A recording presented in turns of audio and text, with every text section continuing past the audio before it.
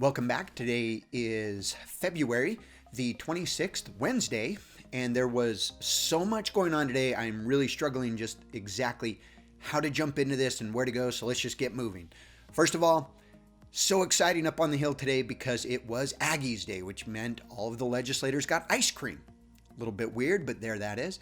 The other thing I'm a little bit concerned about, as you may have heard yesterday in my show, we have the legislators and Better Boundaries that were going back and forth, and now all of a sudden Better Boundaries and the legislators have reached a deal, and so we're all supposed to just be okay with the redistricting that's going to happen.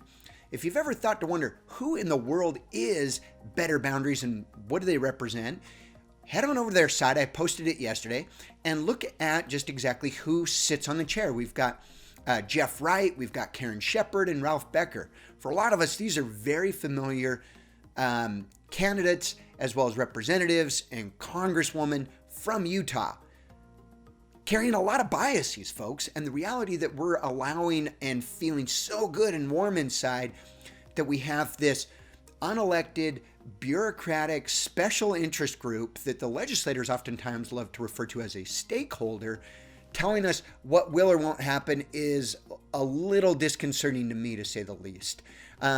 The other thing is that we had a new bill come through, and this also kind of irks me a little bit. It's HB 428, and this is brought to us by Francis Gibson. And just so you all know, Francis Gibson, so here he is, right there, sorry.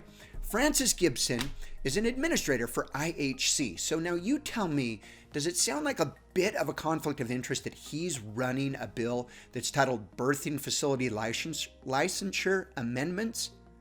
It is to me, right? Like, this guy runs one of the biggest hospitals in the state, expanding every day. And again, birthing centers are popping up more and more because having a child is expensive and people would like to choose. So what a convenient way for this to happen. Again, I would love it if some of these representatives would recuse themselves or just say no to lining their own pockets with events like this. The other is, and we reported on this last week briefly, SB 174 had its first day in committee, and this is that trigger bill that would outlaw elective abortion within the state of Utah. By trigger bill, I mean it doesn't carry any weight until a higher court outlaws abortion or mandates that the states can choose just exactly what they want to do. It did pass today. The only trouble, the two Democrats that sat on the committee opposed it. The other one that was a little strange to me, same committee, if you stuck around long enough, HB 209 was also heard, and this is the Health Data Authority Amendment. Barely by the skin of its teeth, it made it through the House floor, with a 40 to 35 vote, and it wasn't even heard for 2 minutes in the Senate committee. Just steamrolled it right through with a 100% vote. And again, this is the one where the lines that are important are lines 31 and 32. And let me quote that. It says, the disclosure is to the department or the public health authority to accomplish the department or public health authority's duties and responsibilities under this title. And the disclosure is your medical records, what you did have, just as much as what you have not gotten done, is now disclosed. I have a huge problem with that. We also had SB 97, the second substitute. This one just cruised right through the House. Nobody even voted. It was like it just flew through. And again, on the House floor, it was a good day to be a Senate bill because you just rolled through with almost no opposition. And this is the personal license plate amendments. And the crazy thing about this is it has some of the most subjective language I've ever seen in a bill. And starting in line 37 and 38, it says disparages a group based on, and then it goes through things: race, color, national origin, religion, age. Also includes sex, gender identity, sexual orientation, you name it. And the crazy thing about this is, what group doesn't find something disparaging anymore? On the Senate floor, they actually brought this up and they said, well, what about the words his toy or her toy? These pronouns in different parts of the country are starting to carry weight and you can't use them or you have to use them a certain way. What are we going to do? Well, it just flew through today. And just last month here in Utah, and I've got the link below, there was an outrage over a particular personalized license plate, DEPORTM. Sound that one out? DEPORTM. So where do we draw the lines here? And again, strange that these things just fly through with no voice, with no opposition. I don't know if our legislators are awake or what's going on. We also had SB 37, and this is the electronic cigarette and other nicotine product amendments. 1,700 plus lines. Holy smokes, okay? This one is going to prevent the funding that's included in this, which is tens of millions of dollars, is going to go towards prevention and marketing the dangers of e-cigarette, marijuana, and, gotta love this one, other drug prevention.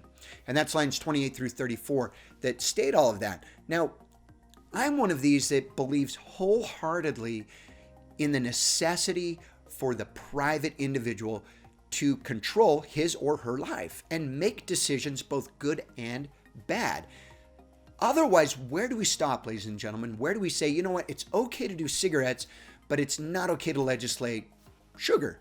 It's okay to legislate that you can't have raw milk, but it is okay to legislate that you better get a bunch of injections in your body, or whatever the case is, right? And this is happening more and more.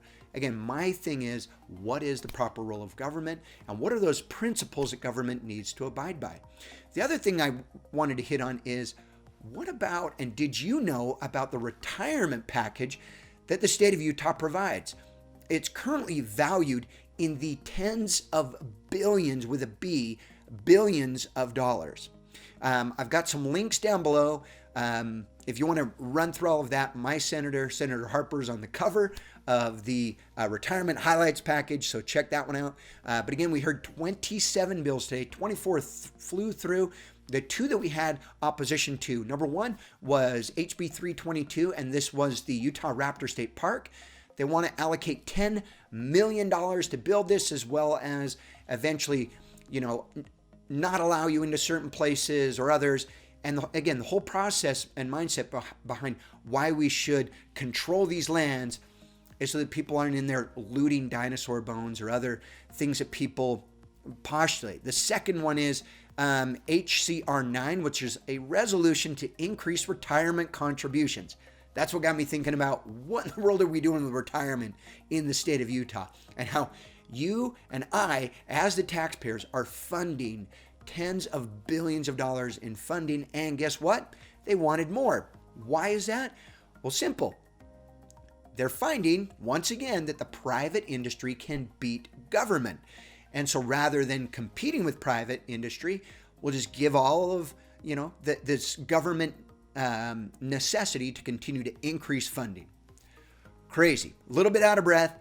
Crazy day up on the hill. We'll do it again tomorrow. Hang in there. And thank you so much for watching. Please subscribe below.